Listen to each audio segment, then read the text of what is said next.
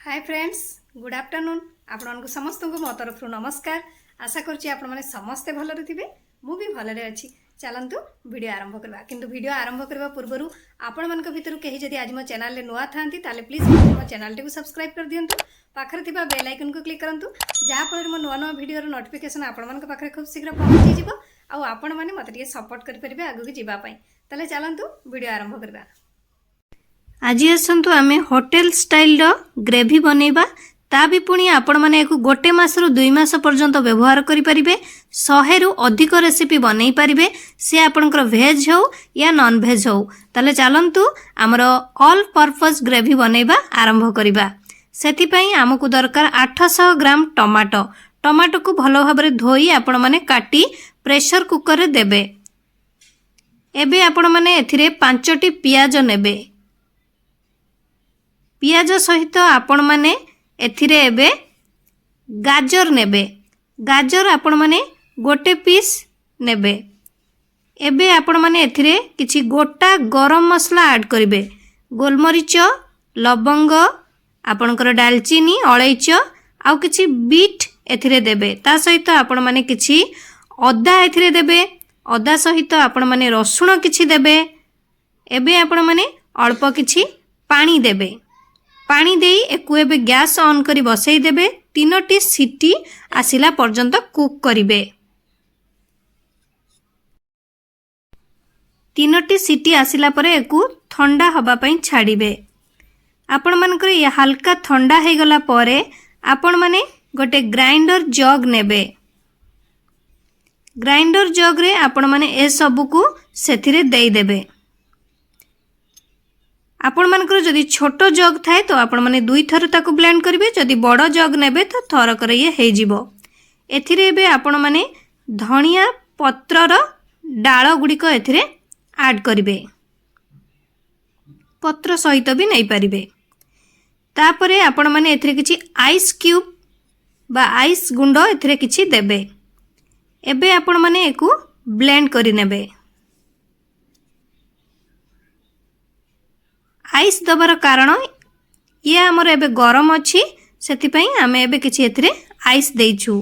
ये एबे आमर ब्लेंड हो सारानी। आम एबे एकु तड़का दबा पाई बा कुक करबा पाई गैस ऑन करबा। कड़ाई बसैबा सेथिरे 250 ग्राम तेल दबा। तेल गरम हेले जीरा दबा तेजपत्र दबा। आम जो प्रस्तुत करके रखीचु पेस्ट को एथिरे एबे देई दबा। एबे आपण माने एथिरे काश्मीरी लंका गुंडरू देबे 2 चामच। धनिया गुंडरू देबे किछि। ता सहित हळदी गुंड देबे। एकु एबे मिक्स करी कुक हबा पई छाड़िबे। गैस रो फ्लेम को लो रखिबे। 7 रु 8 मिनिट पर्यंत एकु भलो भाबरे कुक करिवे। एही ग्रेवी आपण माने गोटे मास रु 2 मास पर्यंत यूज करि परिबे। एही ग्रेवी को यूज करी आपण माने वेज आइटम हो या आपणकर नॉन वेज आइटम बनई पारिबे किछि समय मध्यरे। एकु एबे भलो भाबरे कुक कले जोटा कि 7 रु 8 मिनिट पर्यंत तेल छाड़िला पर्यंत भलो भाबरे एकु कुक करिवे। कुक करि सारला परे आपण माने एकु ठंडा करि देबे। ठंडा करि नै सारला परे आपण माने एकु फ्रीज रे रखी गोटे सप्ताह पर्यंत यूज करि परिबे। जदि आपण माने एकु फ्रीज रे रखुचंती तो 7 दिन व्यवहार करिवे। जदि फ्रीजर रे रखुचंती तो गोटे मासरु 2 मास पर्यंत आपण माने एकु यूज करि परिबे। आपण माने संगे संगे रेसिपी रेडी करि देबे। जदि एई ग्रेवीटी को आपण माने प्रस्तुत करी फ्रीज रे रखिचंती ये तो एबे हमर रेडी हे गलानी। एकु एबे ठंडा करनबा पात्र रे रखि दबा कवर कर दबा फ्रीज रे स्टोर कर दबा। एकु आपण मानकु तो जणैली जदि फ्रीज रे रखुचंती गोटे सप्ताह खाई परिबे जोटा कि यूज करि परिबे तरकारी रांधि परिबे। जदि एकु फ्रीजर रे रखुचंती तो 1 रु 2 मास पर्यंत एकु रखी व्यवहार करि परिबे। एथिरे आपण माने जे कोनोसी आइटम जोटा कि 100 रु अधिक आइटम एई ग्रेवी रे आपण माने बनई परिबे। ताले चलंतु एबे आमे गोटे तरकारी बनई देखिबा हमर केमती कोन होउची। सेति पई गैस ऑन करबा कड़ाई बसैबा बटर दबा अदा रसुण छोट कटा दबा ताकू एबे किछि समय फ्राई करबा। तापरे कस्तूरी मेथी दबा, कंचा लंका दबा, पियाज दबा, कैप्सिकम दबा, बॉयल वेजिटेबल आपण मानकर जहाँ थिबो सब ऐड कर देबे। फूलकोबी, गाजर, मटर छुई जहाँ भी किछि आपण माने वेजिटेबल सब देई परिबे। ता सहित आपण माने पनीर देई परिबे, किछि लूण देबे स्वाद हिसाब रे। तापरे आपण माने जो ग्रेवी को बनै के रखिचंदी ताकू ऐड करिवे। विश्वास करिबेनी रोसई पूरा पूरी फटाफट हे जिवो आ बहुत कम समय रे। एबे आपण माने एथिरे किछि क्रीम भी ऐड करिवे।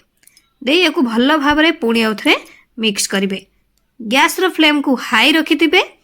देखिबे संगे संगे आपनकर होटल स्टाइल रो तरकारी रेडी हे जिवो। ये आपण मानकर मिक्स वेज रेडी देखि पारुथुए पूरा होटल स्टाइल रे हमरो ग्रेवी जोटा कि हेछि बा हमरकर मिक्स वेज पूरा पूरी रेडी हो जाइए। आपण मैंने एक लगे कि रुटी भात जो थे भी खाई पारे। आपण मैंने जदि ग्रेवी टी बनई रखिथे आ कौन से टेंशन हबार नाही। आशा करुँची आपण मानक वीडियोटी भल लगी मुझे रखुची पुणी देखा नेक्स्ट वीडियो रे। किंतु आपण मैंने please like comment share subscribe करने भूलें। मते ताले विदाय दियंतु। नमस्कार।